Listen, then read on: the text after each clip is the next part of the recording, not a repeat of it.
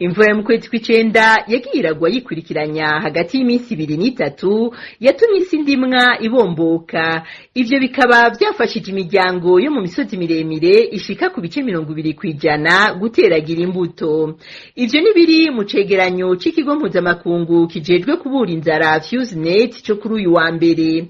Nk'uko bibandanya kuvugwa muri ico cegeranyo, iyo mvura yarafashije ko abarimyi bo mu yindi mihingo y'igihugu babandanya kwitegurira uyu mwaka w'irima. Naho biruko muri ico cegeranyo ca 𝐜'𝐢𝐤𝐢𝐠𝐶 bamenyesha ko imvura izoba nkeya mu buraruko no mu buseruko bw'igihugu kugeza mu kwezi kwa 12, ibishobora gutuma umwimbu uba muke.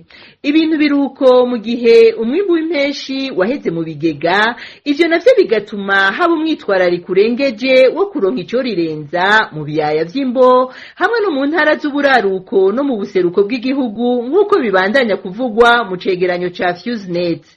Mu kiyaya c'imbo ubwo bukene bw'ibifungurwa bwunyurwa nuko umwimbu wabaye muke hamwe n'uburyo buke bwaturutse ku myuzurire hamwe n'amazi y'ikiyaga Tanganyika yiyaguriye. Mu ntara z'uburaruko ubukene bw'ibifungurwa bwaturutse ku mvura yabaye nkenya mw'irima ry'agatasi hamwe nuko ataruja n'uruza ku mbibi igihugu c'u Burundi gihana n'u Rwanda. Ibi navyo bikaba bigabanya uburyo n'ubushobozi bwo kuronka ico rirenza mu miryango. Muri 𝐜'𝐢𝐤𝐢𝐠𝐶 bamenyesha ko ibiciro vy'ibifungurwa vyiyongeye ko ibice bishika ku 10% mu kwezi k'umunani ugereranije nuko ibiciro vyari bimeze mu kwezi kw'indwi muri uno mwaka nyene.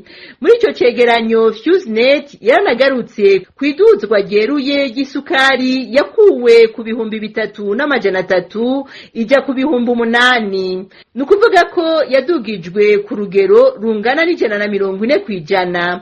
𝐜'𝐢𝐤𝐢𝐠𝐶 igasozera ivuga ko zimwe mu mvo zituma ibifungurwa vya nkenerwa biguma biduga ibiciro harimwo ugutakaza agaciro kw'ifaranga ry'u Burundi hamwe n'ubukene bw'amahera y'agaciro.